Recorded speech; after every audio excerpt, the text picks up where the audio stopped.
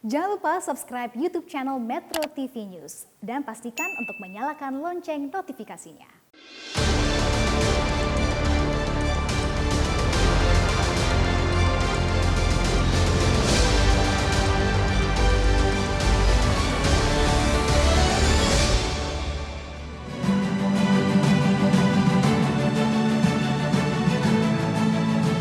Selamat malam para pemirsa, ketemu lagi di Hot Room dengan saya, Hotman Paris.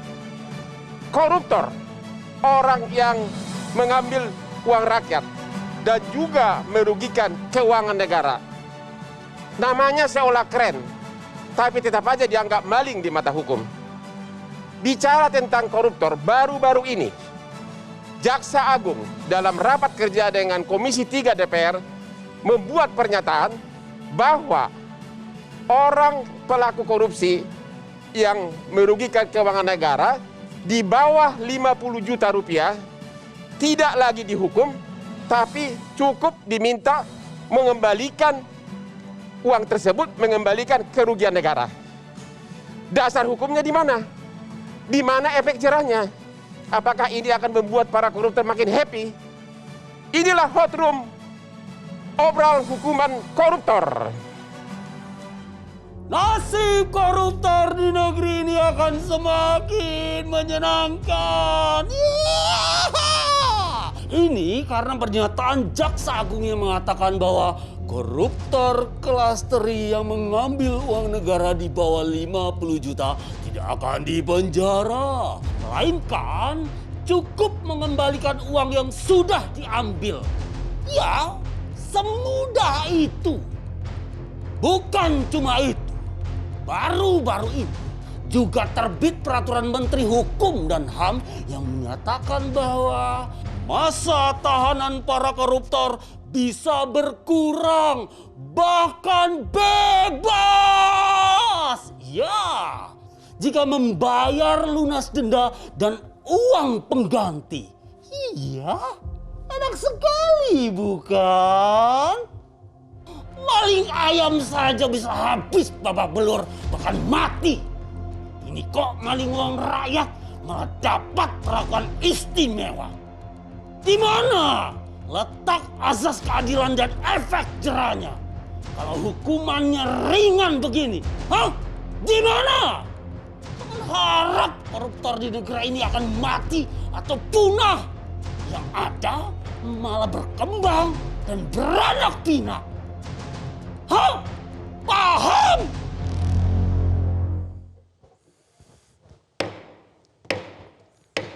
Untuk membahas topik ini sudah hadir para narasumber yang terhormat di ruangan ini, yaitu yang pertama Profesor Gayus Lumbun, mantan Hakim Agung pada periode 2011 sampai 2018. Selamat malam Pak. Kemudian Ibu Iftitah Sari, peneliti Institute for Criminal Justice Reform, ICJR. Selamat malam Bu. Yang ketiga Bapak Ferry Amsari, Direktur Pusat Studi Konstitusi Pusako. Selamat malam Pak. Yang berikutnya yang terkenal Bapak Febri Diansah, mantan jubir KPK, sekarang Managing Partner Visi Law Office dan juru bicara KPK 2016-2019. Selamat malam Pak. Yang nomor 5 Bapak Kurnia Ramadana, peneliti Indonesia Corruption Watch, ICW yang terkenal. Yang berikutnya melalui Zoom adalah Bapak Iwayan Sudirta, anggota Komisi 3 DPR melalui Zoom. Selamat malam semua, Pak Prof, Pak Ferry, semua. Oke, berikut ini kita akan melihat video pernyataan Jaksa Agung pada waktu rapat kerja dengan Komisi 3 DPR.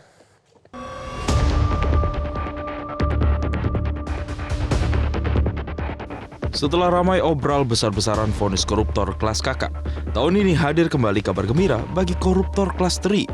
Pasalnya, Jaksa Agung Sanitiar Burhanuddin mengusulkan agar koruptor dengan nilai korupsi di bawah 50 juta rupiah tidak perlu dipenjara.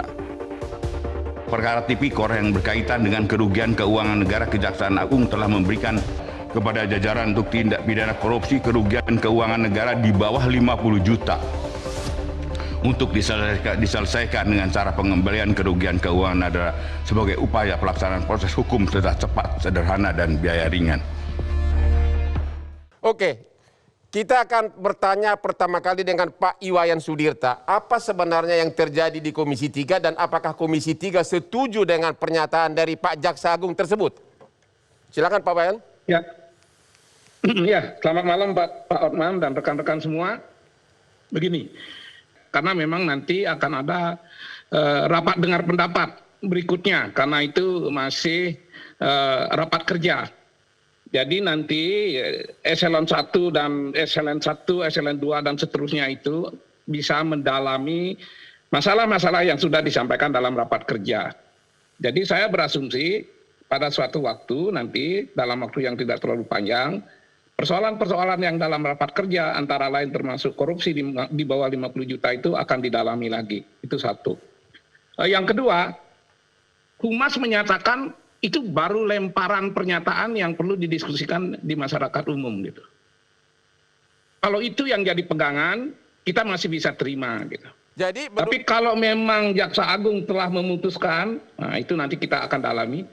Betul nggak Jaksa Agung telah membuat putusan bahwa kasus-kasus korupsi di bawah 50 juta itu akan cukup dengan mengganti kerugian saja, tidak perlu diproses hukum. Kalau itu yang terjadi, maka ini jadi masalah serius setidak-tidaknya bagi saya sebagai anggota Komisi 3. Pertama, Indonesia ini kan berdasarkan pasal 1 ayat 2, itu konstitusi kita jelas itu. Indonesia ini negara hukum, bukan negara kekuasaan. Yang kedua, pasal 4 Undang-Undang Tindak Pidana Korupsi sudah jelas. Penggantian itu tidak menghapuskan pidana, meringankan bisa, tapi tidak pidananya tetap. Ketiga, Undang-Undang Kejaksaan pasal 8 ayat 4. Jaksa dalam melaksanakan tugasnya harus berdasarkan hukum dan hati nurani. Nah, oleh karena itu agak tidak memperoleh tempat di hati saya andai kata kasus di bawah 50 juta ini tidak diproses hukum, lalu dibiarkan melenggang, karena resikonya apa? Pertama, kalau kita mengikuti ajaran-ajaran lama ya, sejak zaman, mohon maaf ya, sejak zaman Sokrates saja juga baru belajar sedikit, itu kan keadilan itu kan mahkota dari hukum itu sendiri.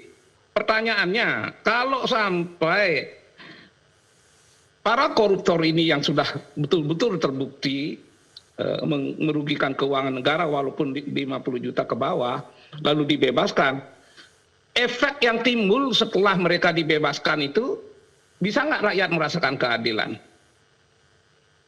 Karena tujuan utama dari hukum adalah keadilan. Keadilan adalah mahkota dari hukum. Ada 3 kejahatan luar biasa yang tidak bisa didamaikan, tidak bisa dimusyawarahkan, tidak hanya bisa dibayar ganti rugi. Yang disebut luar biasa, korupsi, terorisme, dan narkoba. Itu yang tidak boleh dikompromikan. korupsi dan narkoba tidak boleh dikompromikan. Terima kasih Pak. Saya akan tanya kepada Pak Gayus Lumbun, selaku mantan Hakim Agung dan mantan senior pengacara. Setuju nggak dengan pernyataan Jaksa Agung itu? Saya bisa memahami ide-ide dari Jaksa Agung berkaitan dengan perkembangan hukum modern. Yaitu satu proses yang disebut sebagai restoratif justice. Ya. Angkanya pun dianggap kecil, kalau 50 juta itu tidak terlalu besar, walaupun undang-undang menentukan di pasal 4 Undang-Undang Tipikor jelas tidak menghapus pengembalian hasil kejahatan tipikor, tidak menghapus pidana. Tetapi kalau kita bicara hukum yang luas itu, menurut teori Radbruch, Gustav Radbruch, dengan tujuan hukumnya adalah kepastian hukum. Itu yang tadi disebutkan pertama. Tetapi ada kemanfaatan dan keadilan. Apa ini keadilan? Keadilan ada perpaduan antara kepastian hukum dan kemanfaatan.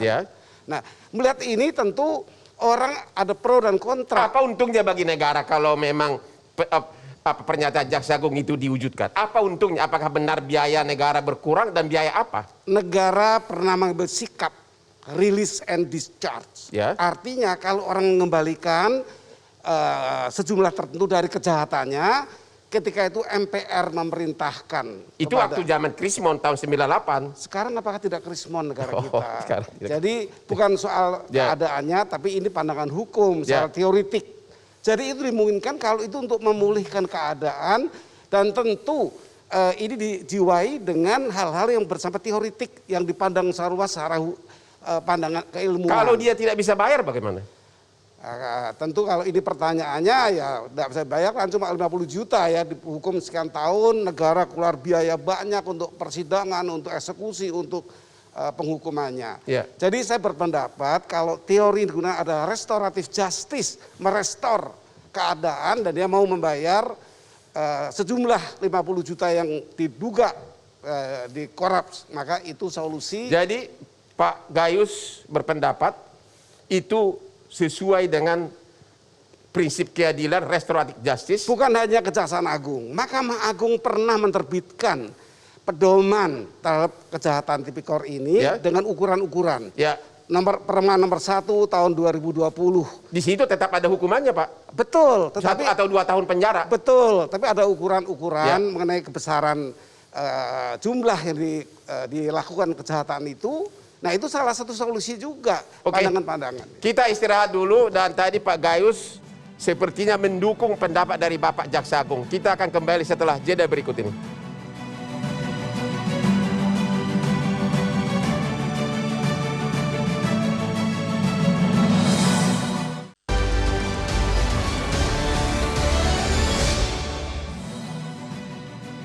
Kembali lagi di Hot Room, Bapak Febri Diansyah. Bapak sebagai mantan yang bekerja di KPK, motivasi Jaksa Agung tadi antara lain menghemat biaya dan waktu. Emang kalau satu perkara korupsi itu negara rugi apa biayanya? Dan apakah Bapak setuju dengan pendapat Jaksa Agung itu? Ya, yang pertama saya mau lihat agak ke belakang lagi video tadi. Di video itu kalau kita lihat tadi ya, Jaksa Agung membaca poin-poin yang tentu saja dugaannya ya, itu disiapkan oleh tim di Kejaksaan Agung. Ya. Jadi bukan respon tiba-tiba. Nah, kalau dari aspek komunikasi publik itu harus kita perhatikan. Ya. Artinya itu disiapkan di Kejaksaan Agung dan yang jadi pertanyaan, apakah itu sudah dipertimbangkan dengan matang dari berbagai aspek? Dan apakah sudah diedarkan secara SOP di internet Kejaksaan? Itu yang perlu didalami lebih lanjut. Tadi Pak Wayan bilang akan didalami dalam rapat-rapat berikutnya. Dan saya kira penting sekali untuk mengklirkan ke publik apa sebenarnya substansi pernyataan tersebut. Kenapa? Karena tadi saya coba cek juga bagaimana penjelasan dari pihak Humas Kejaksaan Agung. Itu dua hal yang berbeda sebenarnya. Di satu sisi Jaksa Agung mengatakan koruptor 50 juta kalau balikin uang sudahlah, nggak usah diproses begitu ya. Secara sederhana begitu. Di sisi lain, Kejaksaan Agung melalui Humas mengatakan yang dimaksud oleh Bapak Jaksa Agung adalah selain itu wacana yang dilempar ke publik, tapi yang dimaksud adalah kalau pelakunya lalai atau tidak ada kesengajaan atau tidak ada pengetahuan. Nah, yang jadi persoalan adalah ketika publik mendengar kenapa koruptor meskipun itu 50 juta itu bisa dimaafkan. Ada kritik yang berulang kali muncul di publik sebenarnya. 50 juta itu bagi orang Jakarta dengan tingkat ekonomi tertentu mungkin bisa disebut sedikit. Tapi bagaimana dengan 50 juta di mata masyarakat di desa, apalagi disinggung juga soal dana desa, yang harusnya mendapatkan misalnya pupuk lebih gampang atau mendapatkan fasilitas-fasilitas yang mungkin nilainya 2 juta, 3 juta, 5 juta, 10 juta. Uang 50 juta sangat berharga. Jadi kalau kita bicara soal rasa keadilan publik di sini, jangan hanya pakai kacamata orang-orang dengan level ekonomi menengah ke atas, jangan hanya pakai kacamata Jakarta. Tapi saya ingin mengajak sebenarnya menarik persoalan ini pada hal yang lebih mendasar. Kita sedang berada pada situasi yang bisa disebut masa kelam pemberantasan korupsi. Pernyataan Jaksa Agung dengan segala kontroversi, revisi peraturan pemerintah tentang remisi yang sebenarnya cukup memberikan efek jerah sebelumnya, penurunan vonis koruptor dan lain-lain di berbagai tingkat peradilan, dan juga pelemahan kepercayaan publik terhadap KPK, itu fenomena yang sedang terjadi sebenarnya saat ini. Jaksa Agung menyatakan motivasi utama pernyataannya itu untuk menghemat biaya persidangan. Emang kalau biaya persidangan itu ada biayanya berapa sih untuk setiap perkara korupsi, dan ada biaya tambahan? Bukankah jaksa hakim sudah ada gajinya? Sudah resmi itu nggak ada biaya tambahan? Bang Hotman, kita paham betul menangani tindak pidana itu bukan soal untung rugi. Tapi yang pasti alokasi anggaran itu memang ada. Bahwa cukup atau tidak cukup itu hal lain. Ya. Itu masalah anggaran dan bisa dibicarakan lebih lanjut misalnya di rapat anggaran dengan Komisi 3 atau dengan DPR. Dan semua kementerian mungkin juga punya persoalan dengan anggaran. Tetapi bukan karena itu menjadi alasan kita bisa memaafkan dalam tanda kutip orang-orang yang kebetulan ketahuan korupsi 50 juta. Oke, kalau ketahuannya sekarang 50 juta misalnya di pertama kali dia korupsi. Bagaimana kalau setelah berulang kali korupsi? Problemnya adalah orang-orang baru ketahuan sering kalinya itu setelah beberapa kali melakukan korupsi baru ketahuan dan pada saat itu dia kemudian mengembalikan 50 juta atau lebih sedikit itu dan kemudian dimaafkan. Apakah itu yang disebut rasa keadilan? Dan satu hal yang juga terlupakan, ini sangat terlupakan kalau kita lihat dalam banyak diskusi soal anti korupsi adalah kalau kita bicara soal korupsi 50 juta, orang berpikir tentang korupsi 50 jutanya, tapi tidak berpikir tentang perspektif korbannya. Bagaimana memulihkan kerugian terhadap korban dari korupsi-korupsi yang dilakukan sedikit ataupun banyak nilainya tersebut. Oke Pak, terima kasih Pak. Sekarang tanya kepada Ibu Iftitah. Katanya lembaga yang Ibu pimpin pernah memberikan alternatif pemidanaan selain penjara. Bisa dijelaskan? Ada banyak Bang di KUHP, ada pidana kerja sosial, kemudian juga ada pidana penangguhan pidana dan lain sebagainya yang memang tapi itu ditujukan untuk menyasar pada tindak pidana yang menjadi mayoritas penduduk atau mayoritas dari narapidana di lapas. Sedangkan kalau misalnya kita tahu mayoritasnya adalah tindak pidana narkotika sehingga arahnya memang lebih banyak ke sana dan untuk tindak pidana korupsi kami menurut kami masih belum urgen untuk kita lihat menurut apakah Ibu, ke depan ada tidak urgen untuk kesana. dikasih pidana alternatif untuk pidana korupsi. Kalau melihat dengan alasan mayoritas penduduk di lapas dan rutan memang bukan menjadi prioritas kita untuk menjadikan alternatif pemidanaan, bukan berarti tapi kemudian ke depan itu juga penting begitu ya mengingat tujuan pemidanaan dan lain sebagainya untuk perkembangan diskursus ke depan. Sekarang ini Anda setuju nggak dengan pernyataan Jaksa Agung diterapkan sekarang ini? Ya, kalau dari SIJR kami sikapnya juga jelas, Bang. Kami menolak adanya pernyataan dari Kejaksaan Agung. Menolak. Ada 4 alasannya, Bang. Selain tadi disebutkan pasal 4 Tipikor yang memang sudah jelas secara normatif tidak boleh bertentangan. Kemudian yang paling penting adalah soal mekanismenya nanti ke depan seperti apa. Karena dalam hukum acara pidana kita belum mengenal adanya mekanisme penyelesaian perkara pidana di luar pengadilan. Dan kalau tidak ada mekanisme ini dalam KUHP kita, hukum acara pidana kita yang menjadi induk bagaimana sistem peradilan pidana kita berjalan, nanti akan menjadi masalah ke depan. Bagaimana akuntabilitasnya, kemudian bagaimana memastikan tidak ada penyalahgunaan wewenang, tidak ada tebang pilih, dan lain sebagainya. Dan itu yang menjadi penting. Dan pun kalau misalnya ada mekanisme alternatif penyelesaian pidana di luar pengadilan, itu pun juga ditunjukkan pada kasus-kasus dengan tindak pidana ringan, pembuktiannya yang ringan, begitu, yang simpel. Sedangkan kalau di kasus korupsi, kita tahu pembuktiannya cukup kompleks, apalagi kerugian keuangan negara. Kalau gitu kita lihat dulu lah infografis tren penindakan korupsi dari tahun ke tahun. Tahun 2017 cuma 1,8 triliun, 2018 1,7 triliun, 2019 6 triliun, 2020 18 triliun, meningkat habis.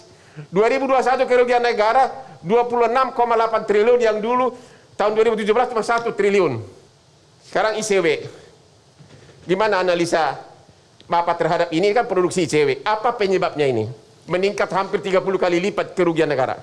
Iya, salah satu penyebabnya adalah statement-statement dari pejabat tinggi penegak hukum seperti Jaksa Agung baru-baru ini. Kami sebenarnya antara setuju atau tidak setuju, kami lebih ke arah bingung, Bang Hotman.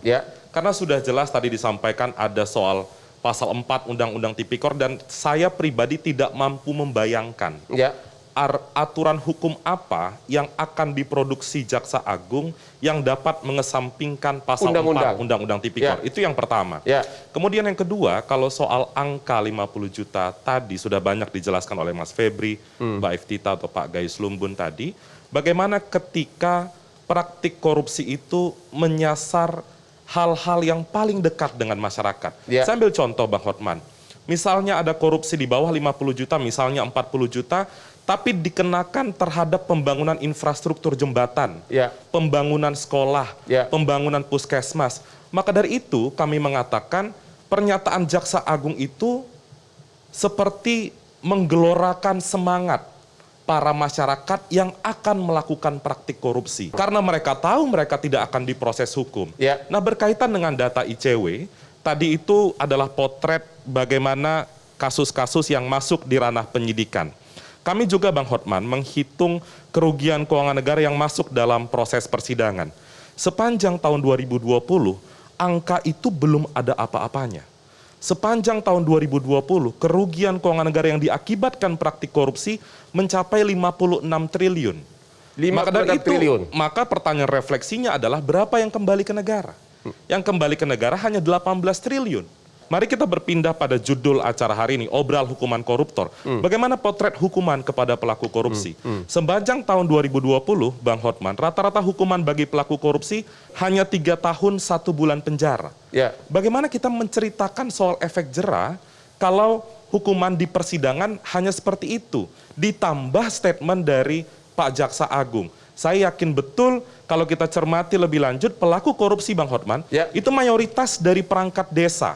Perangkat desa, ya. Kami mencatat sekitar 319 orang sepanjang tahun 2020, itu berarti 30% itu berasal dari perangkat desa.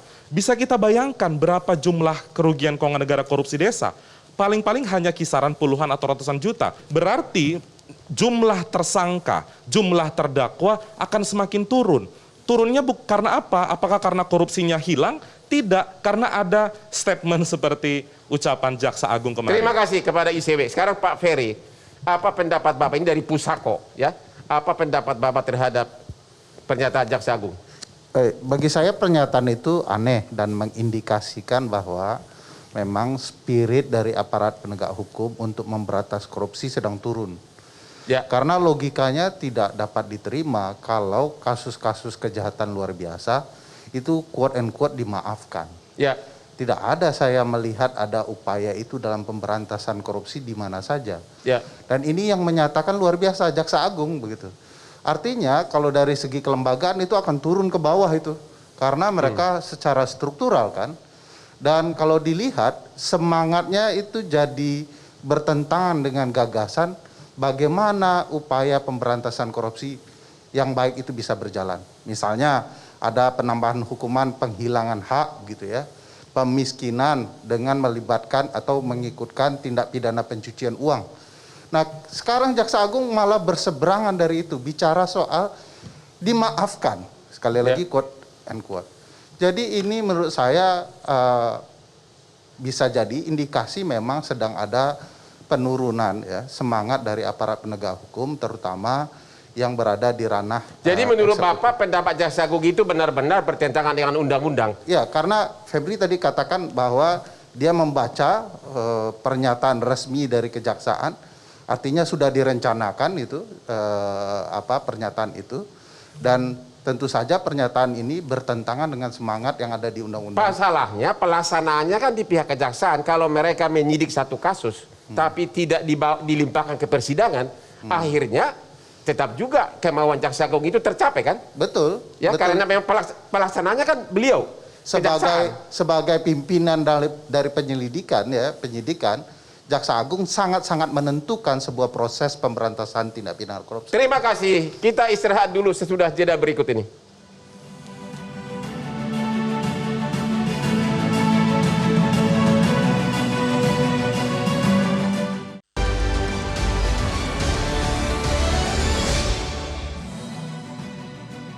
Kembali lagi di Hot Room, Obral Hukuman Koruptor. Kita akan melihat dulu grafis diskon dari perkara korupsi yang sudah terjadi dalam beberapa tahun ini. Termasuk rekan kita, rekannya Pak Gayus. Nah, ini si cantik ya, yang sangat heboh cuma dapat 4 tahun, didiskon menjadi 4 tahun penjara. Nah, ini malah bebas. Nah, ini dia nih. Bebas dan lepas. Bebas dan lepas ya. 2020 ada 66 kasus. 2019 54, 2018 ada 26. Terus terjadi peningkatan vonis bebas dan lepas koruptor. Ya. Terjadi peningkatan yang sangat tajam. Karena Pak Wayan, apa tanggapan Pak Wayan sebagai Komisi 3 DPR atas tren vonis bebas lepas koruptor ini dan diskon yang sangat banyak dalam berbagai kasus. Kalau putusan itu kan kasus per kasus. Menurut Bapak apa yang saya terjadi? Tidak bisa Kenapa belakangan? kasus per kasus. Tapi kalau secara umum ada tren seperti itu, berarti kita kalau mengikuti teori Friedman ini, kita gagal di dua tempat, Pak. Kalau Friedman kan apa tolok ukurnya untuk efektivitasnya sebuah hukum? Pertama itu substansi hukum, Pak. Kedua struktur hukum. Ketiga budaya hukum. Dua yang terakhir itu gagal kita. Budaya hukum kita selalu suka menyuap. Struktur hukum kita, personil kita belum terlalu jujur. Terima kasih, yang Pak. menyebabkan korupsi bukannya malah berkurang, tapi jangan-jangan makin mengkhawatirkan gitu. Terima kasih Pak Wayan. Pak Febri, ini fenomena apa yang tadi dari grafis tadi itu? Diskon sangat banyak, terus vonis bebas meningkat tajam. Ya, diskon-diskon itu pemotongan dari PN, PT atau Mahkamah Agung memang itu sangat, kalau dilihat dari perspektif luar ya, saya tidak bicara dari perspektif KPK, dilihat dari perspektif masyarakat, tentu saja itu menyedihkan. Ya. Satu, karena ketika seseorang terbukti melakukan korupsi, harapannya kalau memang kita betul-betul konsisten dan concern meletakkan korupsi sebagai kejahatan luar biasa, korupsi sangat merugikan masyarakat, mestinya hukuman maksimal yang dikenakan. Kalaupun hukuman maksimal itu juga masih dianggap katakanlah tidak memenuhi rasa keadilan publik, ada hukuman tambahan. Jadi menurut analisamu penyebabnya apa ini? Kenapa fenomena ini begitu banyak diskon putusan? Ya kalau mau dianalisa lebih jauh kan kita harus lihat secara lebih spesifik ya. Dari tahun ke tahun itu sebenarnya apa yang terjadi. Tapi saya lebih tertarik untuk melihat ini, menarik ke persoalan awalnya, bahwa kita sedang berada dalam situasi yang tidak enak, situasi gelap, masa kelam pemberantasan korupsi itu sendiri. Si terpidana ini lobinya sangat kuat. Saya nggak tahu, tetapi kita pernah menyebut tentang praktek dulu ya, praktek mafia hukum. Apakah praktek mafia hukum itu masih betul-betul berpengaruh kuat? Menurut analisamu? Saya tidak bisa sampaikan kesimpulan itu sekarang karena ini bukan fenomena yang hanya bisa dibaca ketika dicantumkan ada vonis berkurang maka kita langsung ambil kesimpulan. Saya mau tanya dulu ke ICW. Silakan. Fenomena apa itu? Tadi beliau mengatakan belum bisa jawab penyebabnya apa. Kenapa begitu banyak vonis diskon putusan? Iya, Undang-Undang Pemberantasan Tindak Pidana Korupsi kita dari tahun 1999. Kalau kita tarik sampai hari ini sudah lebih dari 15 tahun, tapi ternyata praktik korupsi semakin tinggi, ada pelemahan dalam institusi penegak hukum, ditambah dengan fenomena hukuman ringan seperti itu. Dan kalau kita lihat lebih lanjut, kita sudah berkomitmen membentuk pengadilan tipikor, merekrut hakim ad hoc tipikor khusus, ternyata vonis-vonisnya masih bertolak belakang dengan pemberian efek jera. Bagi kami di ICW, penyebabnya apa? Hal yang krusial adalah perspektif hakim melihat bagaimana praktik korupsi itu sendiri.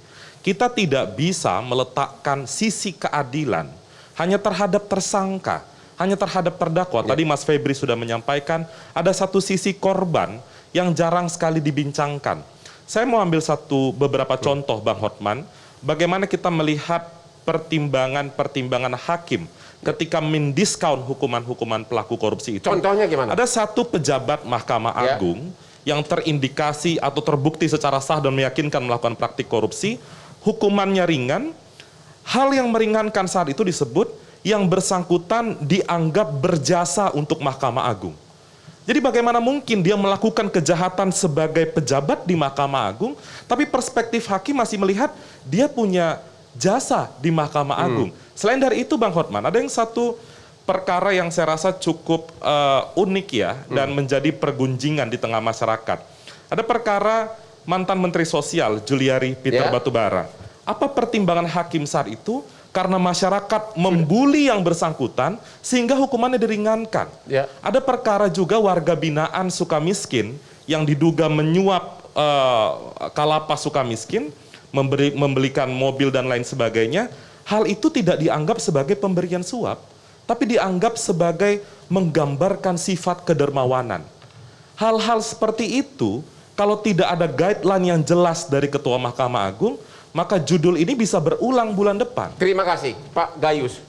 Dia bilang kalau tidak ada guideline dari Ketua Mahkamah Agung, maka akan terus berulang vonis diskon ini.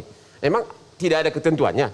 Begini ya, yang kita bahas ini mengenai substance, bahwa Jaksa Agung membuat substance, membuat aturan yang bagi saya, pandangan saya adalah itu bentuk teori tentang yang sudah maju sekarang, maju di banyak negara, restoratif justice. Bahwa tadi dikaitkan dengan pengurangan hukuman, itu agak berbeda, itu structure, itu orang, itu pelaksana.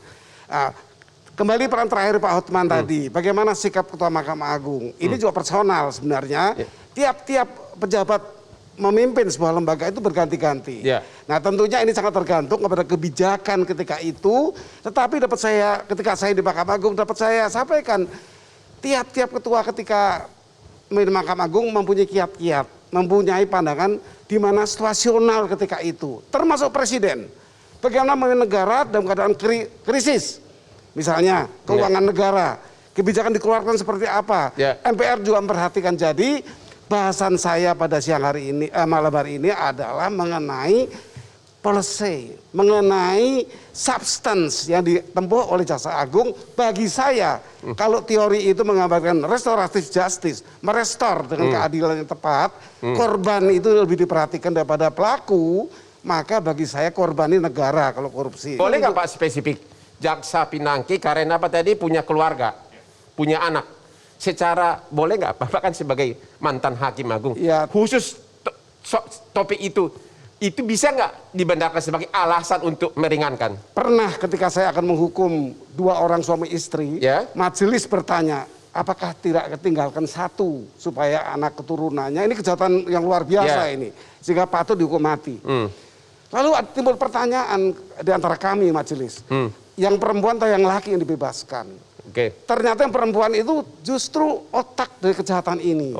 Maka tetap dua-dua itu saya pikir bagaimana hakim ini punya keyakinan, punya pertimbangan, tidak bisa dicampuri oleh orang luar yang cuma sekedar berpikir sederhana. Sangat luas sekali. Hakim harus punya pandangan yang sangat luas. Gimana Ibu Iftisari terhadap pendapat di Pak Gayus? Orang luar tidak boleh mencampuri yang bukan kewenangannya. Itu intinya. Ya, mungkin saya ingin mengembalikan lagi Abang dari pertanyaan Abang tadi soal fenomena itu. Kami melihatnya ini sebagai fenomena disparitas putusan. Memang dalam kasus tipikor ditemukan juga masalah disparitas putusan itu. Begitu ICJR tahun 2020 kemarin kami membantu MA waktu itu untuk riset supaya agar ada konsistensi dalam kasus-kasus di peradilan ya, di pengadilan, khususnya kasus tipikor. Jadi dan fenomena apa ini? Coba tadi Ibu belum jawab. Fenomena apa diskon putusan yang sangat sering terjadi? Iya, fenomena disparitas putusan Bang. Jadi memang ada fenomena di mana di Mahkamah Agung vonisnya akan berbeda-beda begitu ya, dan inkonsisten antara satu kasus dengan kasus yang lain, padahal dengan pertanyaan hukum yang sama. Misalnya Bang, misalnya soal pasal 2 pasal 3 soal bagaimana pembuktian unsur melawan hukum dan unsur mens rea dan sebagainya, yang itu memang bisa menimbulkan disparitas. Sehingga memang itu salah satu isu yang kita lihat begitu Bang. Ada masalah di mana hakim dalam pertimbangannya juga masih belum secara lengkap memberikan penjelasan soal pertimbangan unsur-unsurnya, sehingga akhirnya berkesimpulan pada pidana yang berbeda. Alasan-alasan diskon itu menurut Ibu masuk di akal? Ya, menurut kami karena itu tadi Bang, disparitas putusan memang kalau dari segi kita melihat ada independensi hakim dan sebagainya memang diperlukan begitu ya Bang. Tapi yang sepanjang dia bisa dijelaskan dengan rinci, dengan rigid dalam putusan, itu menjadi hal yang mungkin dapat dijustifikasi. Tapi kalau dalam beberapa kasus tipikor yang kita lihat tidak ada justifikasi itu. Bisa kita istirahat dulu dan kembali setelah jeda berikut ini.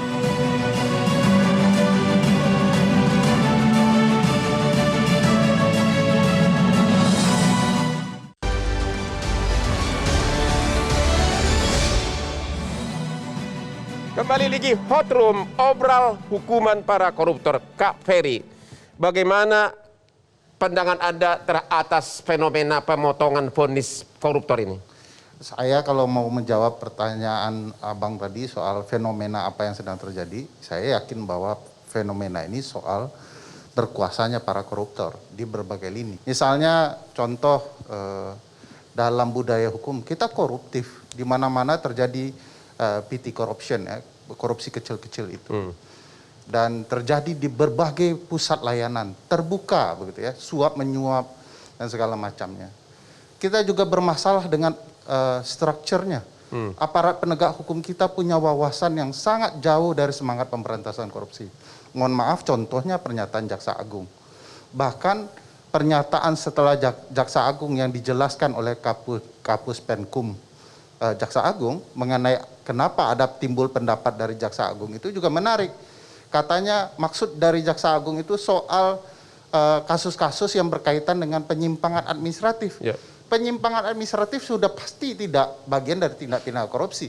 Yang dihukum itu ya korupsi. Kalau dia kemudian merugikan keuangan negara dan lain-lain menjadi unsur tindak pidana korupsi, ya pasti dipidana mestinya. Dan harus ada hukuman-hukuman lain yang bisa menjerakan.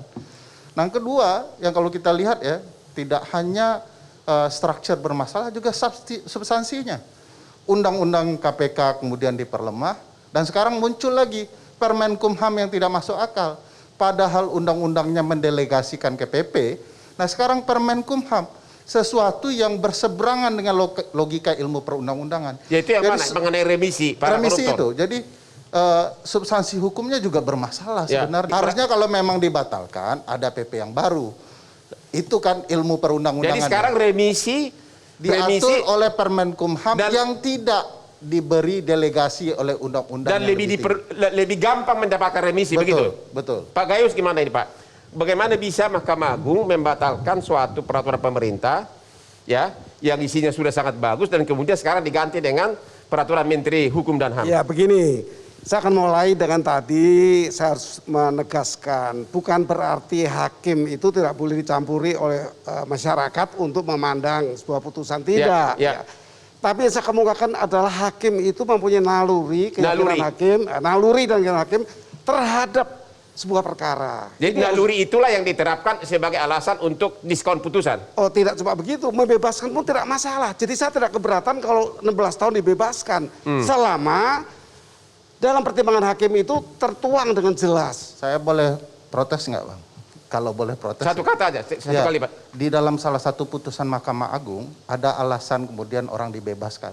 Alasannya adalah terdakwa sudah pernah mengalami penghukuman dalam kasus yang lain. Itu di mana-mana harusnya alasan pemberatan. Tetapi oleh Mahkamah Agung menjadi kemudian alasan pembebasan. Terima kasih. Pak Gayus mana? Itu tentu kasuistis ya, saya tidak tahu apa yang diartikan. Tetapi hakim tentu melihat berbagai pertimbangan. Kalau tadi itu seperti bagaimana satu perkara yang pernah diadili sebelumnya, subjek dan objeknya sama, memang dibebaskan. Kalau itu saya tidak tahu yang disampaikan. Ya saya nggak tahu kalau apa yang dimaksudkan. Tetapi yang penting, sekalipun dihukum, ini kan persidangan itu bukan penghukuman. Pengadilan kita bukan pengadilan bersifat penghukuman. Makin ramai, makin berat, makin bagus. Tidak begitu. Hakim tidak diharuskan uang berat misalnya. Dan kenapa kalau ada pengurangan dipersoalkan? Itu kedaulatan hakim dan memandangnya. Kita perhatikan pertimbangannya. Nah kalau pertimbangan tidak benar ya mungkin masyarakat bisa pertimbangannya. Tidak vonisnya. Jadi jangan heran kalau hakim itu membebaskan, mengkoreksi yang sebelumnya lebih berat. Itu hal yang wajar kalau hakim itu punya keyakinan dan mempunyai pertimbangan yang tepat. Oke, Pak Kurnia. Sepertinya Pak Gayus Lumbun, pokoknya itu rasa keadilan dan naluri hakim masing-masing berbeda tiap kasus. Pandangan ICW gimana? Iya, tapi faktanya hampir data ICW tadi tidak pernah ada kenaikan signifikan.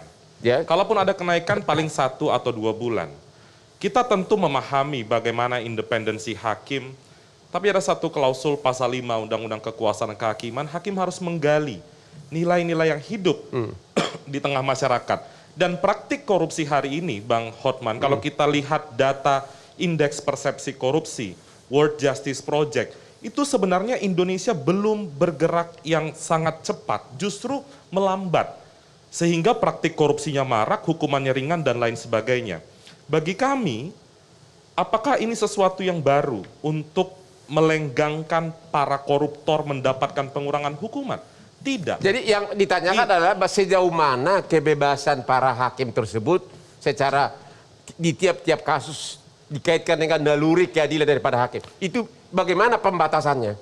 Iya, bagi kami tentu kita harus melihat case by case. Tapi pola yang terlihat selama ini, yang tadi Bang Hotman sampaikan data di dalam VT, bagaimana hukuman Pinangki Sirna Malasari, itu 3 kejahatan. korupsi, pencucian uang, permufakatan jahat. Ya. Anak Fakultas Hukum semester 3 sudah memahami 3 kejahatan itu ada pemberatan. Benar. Dia adalah penegak hukum juga Ya. di sana. Ya. Sehingga apakah hukuman dari 10 tahun menjadi 4 tahun itu hukuman yang adil? Menurut Bapak? Apakah tentu tidak, Ya. tentu itu tidak adil. Dan kalau kita kaitkan Bang Hotman dengan pembahasan kita pertama tadi, statement Jaksa Agung, jadi Pak Jaksa Agung ini konsisten tidak mendukung upaya pemberantasan korupsi. Struktur hukum yang disampaikan oleh Bang Ferry Amsari ternyata masih banyak permasalahan. Jadi dari awal proses penegakan hukum bermasalah, di korting hukumannya, di dalam warga bina, di dalam lembaga pemasyarakatan mendapatkan privilege, kalau berdasarkan dulu ketika KPK melakukan tangkap tangan, ditambah mendapatkan pengurangan hukuman bagi pelaku korupsi. Jadi apa yang sedang kita... Oke, terima kasih. Pak Febri, apa sebenarnya yang harus kita perbaiki? Kepolisiannya kah? Kejaksaannya kah? Hakimnya kah? Pengadilannya kah? Apa yang harus diperbaiki? Kalau kita bicara dalam konteks pemberantasan korupsi, kita punya 2 masalah yang sangat serius. Ya. Setidaknya dalam rentang waktu beberapa belakangan ini. Kita punya masalah serius tentang korupsi di sektor politik. Kita punya masalah serius tentang korupsi di sektor penegakan hukum. Artinya kalau kita bicara soal bagaimana dan apa yang harus diperbaiki, 2 sektor ini yang jadi pondasi utama. Apanya? Ya, orangnya, institusinya, atau hukumnya? Itu nggak bisa dipisahkan, Bang Hotman. Kalau kita bicara soal perbaikan sebuah sektor, kita bicara tentang sistemnya. Sistem itu ada aturan main, ada regulasi, ada penegakan hukumnya, dan lain-lain. Dan bicara juga tentang orangnya. Jadi kalau kita mau bantu pemulihan penegakan hukum, sebenarnya ya polisi diperkuat, kejaksaan diperkuat, pengadilan diperkuat, dan tentu saja KPK dan instansi lain yang terkait. Diperkuat dalam artinya bagaimana? Tapi kita punya masalah yang cukup serius kalau kita bicara tentang korupsi atau kepercayaan publik terkait dengan lembaga penegak hukum. Bang Hotman mungkin bisa cek, kalau ada grafisnya akan lebih bagus. Desember 2021 ini, tingkat kepercayaan publik terhadap lembaga penegak hukum yang menangani kasus korupsi, khususnya KPK, dari posisi nomor 1, nomor 2 sekarang berada pada posisi nomor 8. Di satu sisi kita apresiasi misalnya kalau kejaksaan membaik dilihat oleh publik, Mahkamah Agung membaik atau peradilan membaik dilihat oleh publik. Tapi ada juga pertanyaan, ini apakah instansi penegak hukumnya yang membaik atau KPK-nya yang semakin tidak dipercaya oleh publik? Menurut Bapak? Saya melihat persoalannya pada persoalan yang kedua. Kenapa? Karena sejak tahun 2019 sebenarnya kita sudah punya masalah serius tentang apa yang kita sebut dengan pelemahan pemberantasan korupsi. Revisi Undang-Undang KPK, pemilihan pimpinan KPK yang bermasalah, kontroversi pimpinan KPK yang bahkan 2 pimpinan dari 5 pimpinan kena sanksi etik. Ada penyidiknya yang terima suap dan berbagai kontroversi yang lain. Artinya Bang Hotman... Itu tidak terjadi waktu Anda masih di KPK? Publik bisa melihat itu secara mudah. Ada rentetan, dan kalau kita pakai indeks persepsi korupsi yang disampaikan Kurnia tadi, tahun 2019 kita berada pada posisi yang paling tinggi, 40 indeksnya. Tahun berikutnya, 2020 kita terjun bebas menjadi 37. Tahun ini, 2021 kemarin, itu sempat naik 1, tapi itu bukan karena isu penegakan hukum. Tapi karena isu ada beberapa perbaikan di sektor ekonomi. Indeksnya ini menggambarkan apa ini? Corruption Perception Index ini menggambarkan tentang bagaimana dunia internasional melihat Indonesia tentang persepsi korupsi di sebuah negara. Dan posisi Indonesia tidak cukup menguntungkan. Turun drastis atau bagaimana? Kalau dari 2019 kita turun sampai dengan 38 saat ini. Dari 40 sampai dengan 38. Ada 9 survei yang mempengaruhi itu. Dan kita punya masalah yang serius di korupsi pada 2 sektor tadi. Sektor penegakan hukum dan juga sektor politik. Jadi yang harus segera diperbaiki apa konkretnya? Ada banyak hal yang bisa dilakukan. Dan skema-skema itu sebenarnya sudah disampaikan dan diberikan saran oleh ICW, oleh KPK dulu juga pernah melakukan pencegahan itu. Dan Mahkamah Agung sebenarnya kalau kita dengar pernyataan dari pimpinan Mahkamah Agung beberapa waktu belakangan, bahkan Mahkamah Agung mengatakan terbuka dengan masukan masyarakat. Artinya apa? Fenomena yang ditampilkan dari data ICW itu tidak boleh dibawa hanya pada persoalan yang kasuistis saja. Harus dilihat sebagai evaluasi ke dalam, otokritik bagi lembaga penegak hukum untuk memperbaiki dan agar publik lebih percaya. Terima kasih. Kita istirahat dulu setelah jeda berikut ini.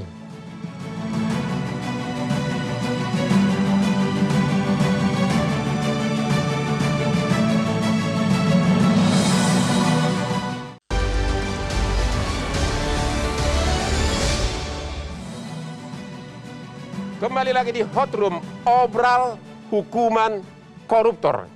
Ibu Iftitah Sari, katanya perbuatan korupsi itu adalah sebagai extraordinary crime. Semua orang setuju terhadap itu. Tapi hukumannya belakangan ini bukan extraordinary big. Menurut Ibu, kalau korupsi itu adalah perbuatan extraordinary crime, hukumannya harusnya bagaimana? Apakah hukuman mati atau hukuman apa? Ya, kalau menurut kami ICJR kami melihat tentu harus proporsional untuk segala tindak pidana ya, meskipun tindak pidana ekstraordinari, tindak pidana ringan biasa dan sebagainya. Itu memang kewenangan hakim untuk bisa Tapi memberikan setuju nggak pidana bahwa yang proporsional. tindak pidana korupsi itu sebagai extraordinary crime? Kami sepakat memang itu adalah tindak pidana serius yang memang harus diusut. Kalau begitu Pak. hukumannya harus gimana?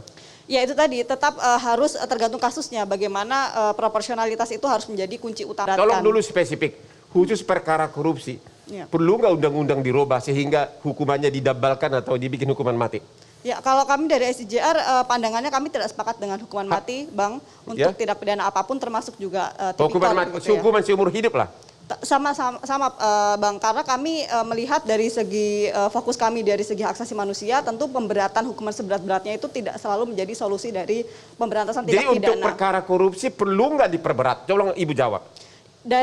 Untuk perkara korupsi, kami melihat ada banyak poin perbaikan yang bisa dilakukan, Yaitu? Bang. Selain di isu penindakan, tentu ada masalah-masalah seperti tadi ya, bagaimana pengusutan harus dilakukan dengan konsisten. Kemudian juga soal TPPU, Bang, pencucian uang itu juga jarang sekali didakwakan kepada kasus-kasus tipikor, sehingga jarang sekali bisa mencapai beneficial owner. Di sini yang sebagai aktor intelektual utamanya, itu juga yang catatan paling kritis yang kita keluarkan di kasus tipikor. Pak Wayan, Komisi 3 DPR.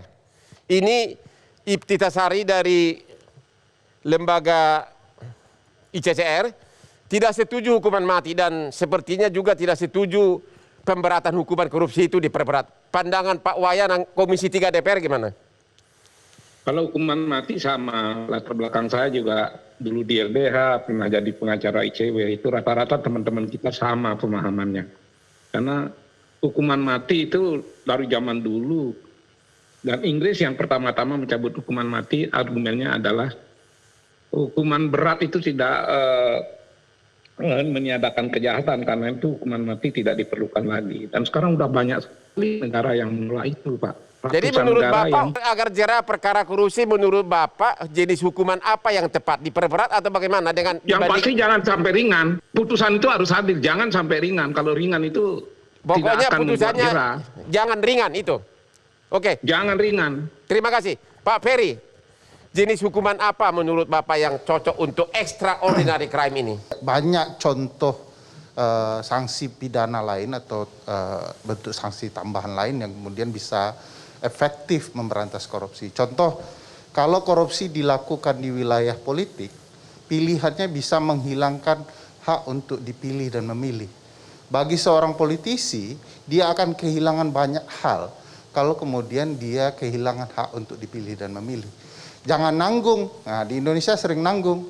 Kadang-kala dihukum hilang hak politiknya, begitu keluar penjara, dia bisa mencalonkan lagi begitu ya. Seketika gitu. Padahal kalau memang tegas misalnya 2 periode pemilu tidak boleh, itu bisa menjerahkan dari segi lamanya hukuman gimana? Terlalu ringan? Ya, saya melihat banyak sekali yang ringan. Pinangki, kalau dibandingkan kasus Mbok Mina mencuri 3 biji kakao, Rp2.000, dibandingkan kerugian keuangan yang dilakukan oleh Pinangki, mestinya Pinangki kalau dikomparasikan bisa 200 tahun itu, Bang. Kalau mau dibandingkan secara adil ya. Kalau bicara konsep restoratif justice, justice yang mau di-restore itu adalah keadilan masyarakat, bukan keadilan tersangka, terdakwa, terpidana, korupsi. Misal contoh restoratif justice dalam perkara tindak pidana korupsi. Kalau yang dicuri uang sekolah, ya, maka salah satu sanksinya dia melayani kebutuhan sekolah. Jadi selain dipidana, dia harus mungkin dia ditugaskan membersihkan sekolah dan segala macamnya. Bahkan ada korupsi terkait rumah ibadah.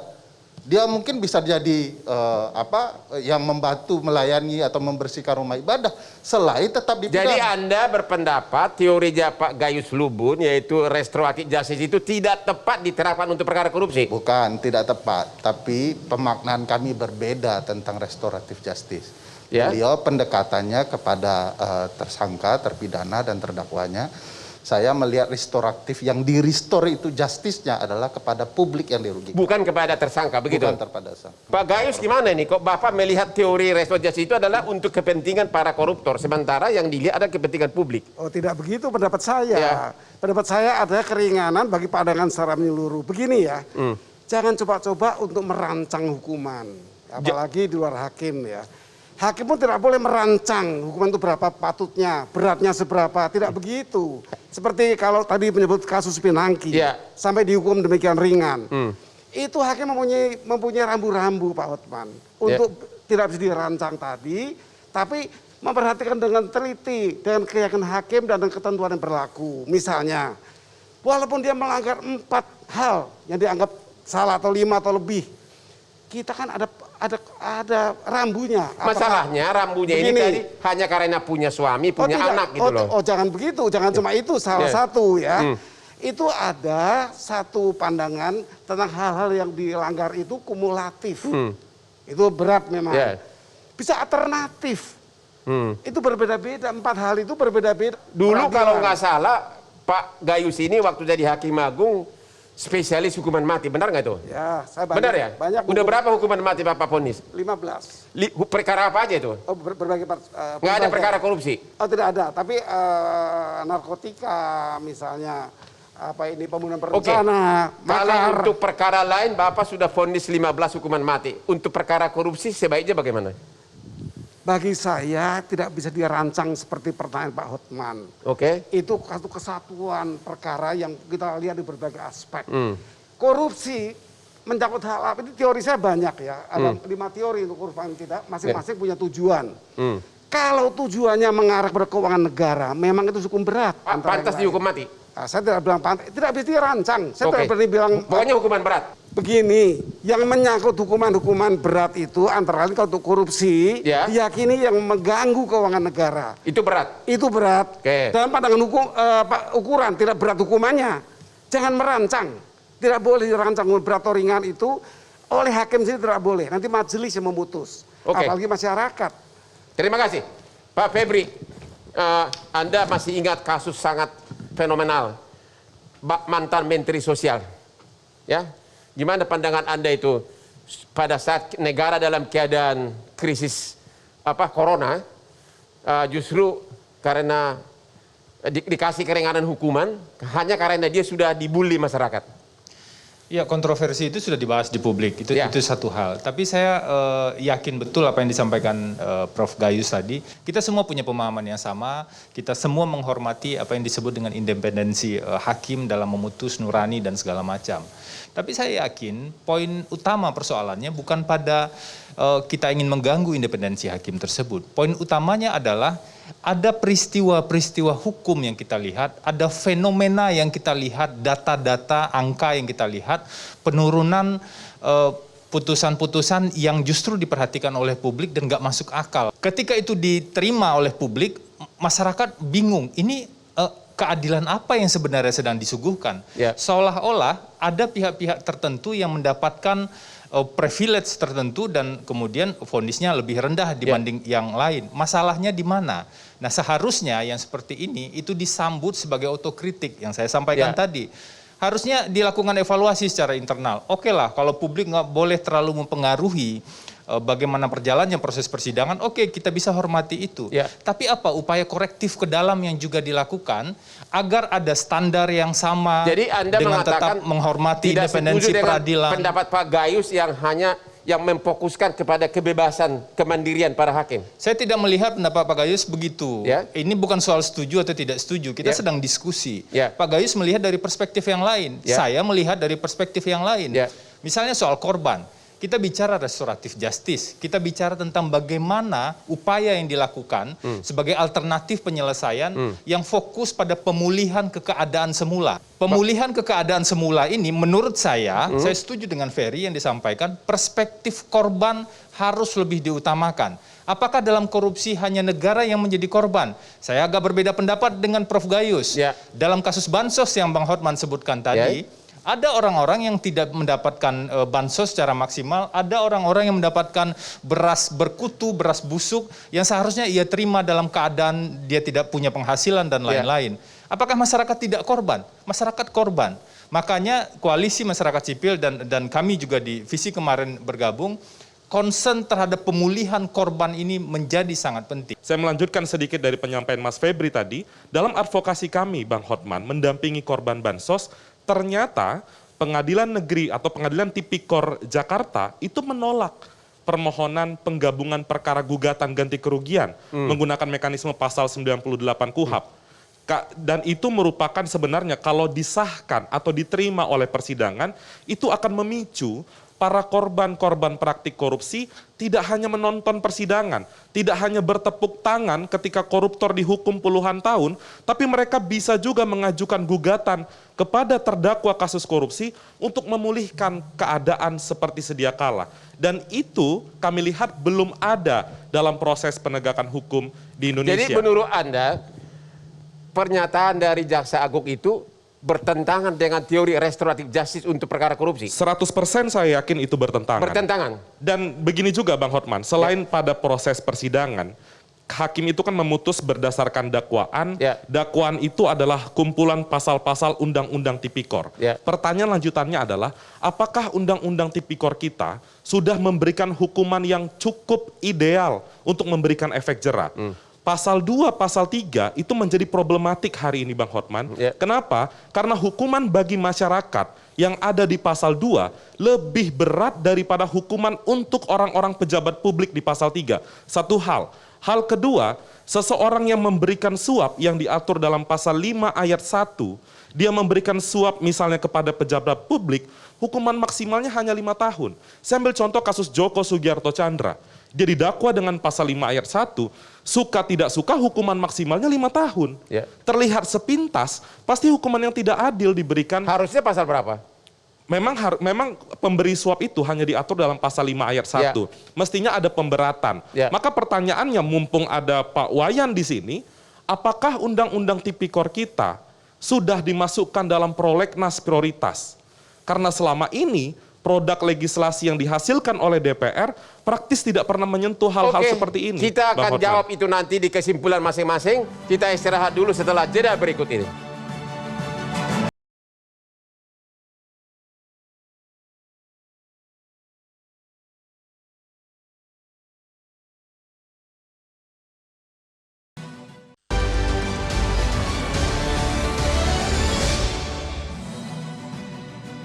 Kembali lagi di Hot Room, obral hukuman koruptor. Tibalah kita kepada segmen terakhir, kesimpulan dari masing-masing narasumber.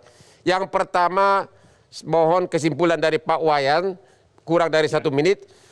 Terutama apakah undang-undang tindak pidana korupsi ini sudah masuk prolegnas untuk diperbaiki? Ya, itu akan saya cek kembali karena memang mekanisme di DPR itu tidak semua orang tahu bagaimana mengajukan prolegnas dengan segala perubahan-perubahannya. Yang kedua, yang ingin saya sampaikan sekali lagi, restoratif justice itu perlu, tapi khusus untuk 3 kejahatan saya tidak setuju. Restoratif justice pada intinya ada kesepahaman antara pelaku dan yang dirugikan.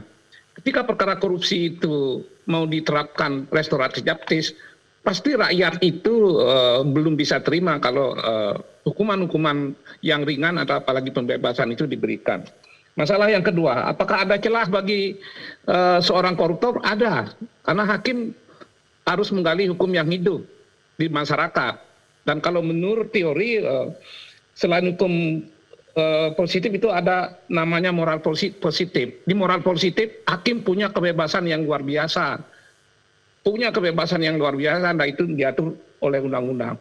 Yang ketiga, yang paling penting saya ingin katakan, memberantas korupsi itu kalau masih struktur hukumnya lemah, personilnya lemah, masyarakatnya juga tidak kalah lemah, jadi budaya hukumnya lemah, struktur hukumnya lemah, akan sulit kita lakukan, terutama mengenai struktur hukum. Pengawasan tidak memadai, rekrutmen hakim-hakim juga kelihatannya masih perlu dibenahi. Oleh karena itu, memang perjuangan kita masih panjang. Terima kasih. Terakhir, Ya. saya setuju kalau pemberantasan korupsi ini bertitik tolak pada pendidikan dan pencegahan. Penindakan perlulah. Tapi oleh karena itu, mari kita kejaksaan misalnya jauh lebih penting memikirkan daripada memikirkan keringanan hukuman para kepala desa yang dianggap melanggar hukum, mungkin lebih baik mereka dibimbing, diberikan pelatihan bagaimana mengelola anggaran, bagaimana membuat pelaporan, dan seterusnya. Perlu mereka diberikan pendampingan sehingga dengan demikian pemberantasan korupsi harus mulai dari hulu, bukan dari hilir. Terima Itu aja kasih. yang bisa saya sampaikan. Terima kasih kepada Pak Wayan dan sekaligus kami mengucapkan terima kasih atas waktu Bapak dalam diskusi malam ini. Terima kasih Pak Wayan. Kemudian lanjut kepada Pak Gayus. Menurut Bapak apa yang harus diperbaiki? Saya sudah lama sekali sepakat dengan evaluasi.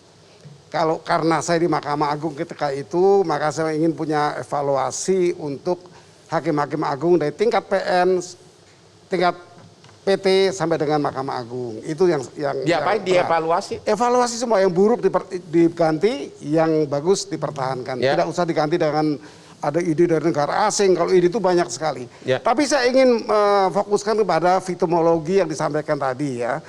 Saya pikir kalau kita bicara restoratif justice di era postmodern dalam keilmuan victimologi justru itu mengarah kepada restoratif justice yang saya ngomong tadi. Apakah korban itu satu orang, komunal atau individual? Tentu bisa komunal, bisa individual sebagai korban.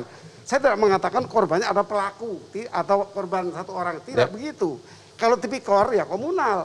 Tapi kalau di pengadilan tipikor tidak menerima class action misalnya, itu hal lain. Banyak pengadilan itu menolak yang tidak kompetensinya. Ya. Silakan masyarakat menggugat Ya. untuk mendapat keadilan melalui jalur mekanisme yang disediakan. Terima kasih. Ibu Ipti Tasari, apa yang harus diperbaiki dalam perjalanan pemberantasan korupsi ini? Ya, saya rasa mungkin ada berbagai aspek ya Bang. Pertama dari soal penindakan misalnya, bagaimana tadi bisa memaksimalkan pengusutan kasus tipikor sampai ke beneficial owner misalnya menggunakan TPPU, kemudian dari segi hukum acara ada soal perampasan aset dan sebagainya itu juga perlu diatur, yang dihukum kita juga masih kurang ya dari segi regulasi. Kemudian dari segi pencegahan misalnya untuk mencegah ke depannya adanya tindak pidana korupsi lagi, apakah ada perbaikan yang dilakukan dari kasus yang ada. Seperti tadi dijelaskan dari soal korupsi Mensos gitu ya. Ternyata kita tahu di beberapa tahun sebelumnya di menteri-menteri Mensos yang lain juga pernah ditangkap gitu ya. Dan ternyata kalau kita lihat belum ada perbaikan juga dari segi sistem. Ini yang penting sih, yang apa yang bisa kita pelajarin gitu ya dari kasus korupsi. Semoga supaya ke depannya ada perbaikan sistem dan tidak terulang. Dan yang terakhir yang paling penting adalah soal manajemen konflik kepentingan, Bang. Ini topik yang sangat sekali jarang dibahas ketika kita bahas soal tipikor. Padahal yang paling ini adalah kunci gitu. Jadi kalau nggak mungkin ada korupsi kalau nggak ada konflik kepentingan, dan di dalam segi regulasi itu juga belum diatur begitu. Jadi bagaimana ke depan selain tadi ada revisi Undang-Undang Tipikor, kami juga sepakat gitu ya, ada beberapa pasal-pasal dalam Undang-Undang Tipikor, pemenuhan unsur dan lain sebagainya yang itu juga perlu diperbaikin supaya ada konsistensi ke depan. Kemudian tadi bagaimana di Undang Tipikor juga belum mengatur soal misalnya perdagangan pengaruh, misalnya tadi influence yang itu juga perlu masuk. Terima kasih. Pak Ferry. Saya berpikir yang perlu diperbaiki itu cara berpikir aparat penegak hukumnya. Selain dari cerita perbaikan politik ya, cara berpikir, bertindak perlu diperbaiki. Sehingga apa yang dipikirkan oleh Jaksa Agung saat bertemu DPR itu tidak terjadi. Harus dilihat Bang, kerugian keuangan negara itu bukan satu-satunya dampak dari korupsi. Tidak soal 50 juta saja kerugiannya. Bayangkan ada kerugian sistem pemerintahan di sana. Begitu contoh ya, kalau di desa, kalau itu contoh kejaksaan, terjadi korupsi terkait dengan IKTP. Dampaknya kalau dia disuap 50 juta, bukan 50 juta itu saja. Tapi sistem tata kelola IKTP. Dampaknya berkaitan dengan administrasi kemasyarakatan, berkaitan dengan pemilu, berkaitan dengan bantuan sosial dan lain-lain. Ini dirusak dengan sistem kalau kemudian cara berpikirnya 50 juta ya kembalikan saja. Jadi Anda berkesimpulan statement dari Jaksa Agung tersebut sangat salah dalam bertentangan. melihat perspektif kejahatan korupsi. Terima kasih. Pak Febri, mantan KPK. Kalau ditanya apa yang harus dilakukan ke depan, ya yang dilakukan ke depan adalah berdasarkan persoalan yang paling serius dalam bangsa ini kalau Yaitu? bicara pemberantasan korupsi. Sistem politik kita punya persoalan yang cukup serius, bisa memicu korupsi, bisa menjadi motivasi orang untuk mengumpulkan dana hasil korupsi untuk kegiatan politik, pembiayaan kegiatan politik. Instansi penegak hukum kita juga jadi satu persoalan yang disoroti. Kepastian hukum, rule of law itu berada pada indeks yang terendah yang dilihat oleh dunia internasional. Jadi itu harus diperbaiki. Tapi mungkinkah itu diperbaiki? Saya agak pesimis, tapi tidak mau terlalu skeptis. Kita harus tetap jaga itu. Kenapa? Karena kita punya masalah serius dengan komitmen politik untuk pemberantasan korupsi. Saya tidak yakin para high level politik sekarang itu punya komitmen yang cukup serius untuk melakukan pemberantasan korupsi. Tetapi bukan berarti tidak ada yang bisa diperbaiki. Dan terakhir, kita harus sedikit lebih kecewa dan tidak boleh berharap terlalu banyak dengan Komisi Pemberantasan Korupsi saat ini, karena ada banyak hal yang harus diperbaiki dari KPK, barulah pemberantasan korupsi bisa meletakkan KPK sebagai katakanlah panglima, harapan, atau pondasi pemberantasan Dan menurut Anda korupsi. sekarang ini belum? Justru ada penurunan yang luar biasa. Terima kasih. Kredibilitas KPK saat ini. Terima kasih. Pak Kurnia. Iya, yang pertama jelas sekali pandangan kami bahwa korupsi itu sangat sulit kita ukur hanya dari uangnya saja. Ya. Dalam konteks tindak pidana suap, kita menyuap hakim 30 juta terlihat kecil. Tapi magnitud akibat korupsi itu sangat besar karena dilakukan terhadap penegakan hukum. Ya. Itu yang pertama.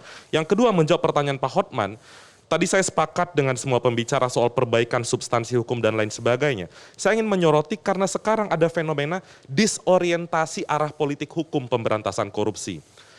Dalam undang-undang kepolisian, presiden itu adalah atasan Kapolri. Undang-undang kejaksaan, jaksa agung adalah bawahan dari presiden.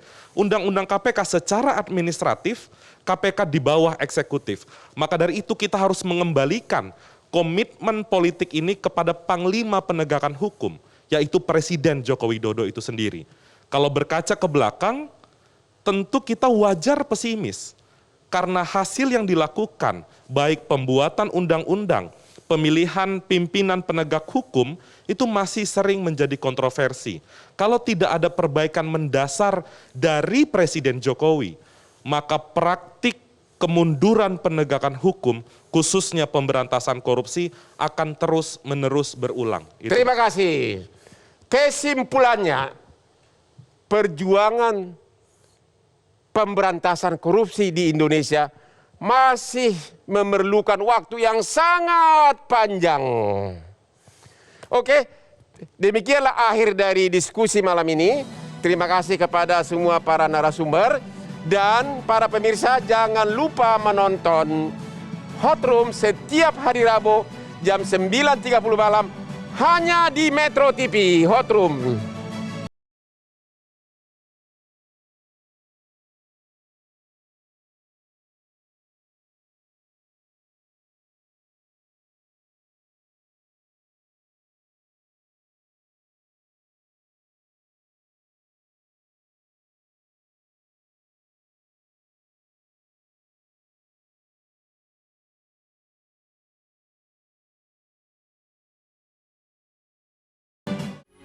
Metro TV,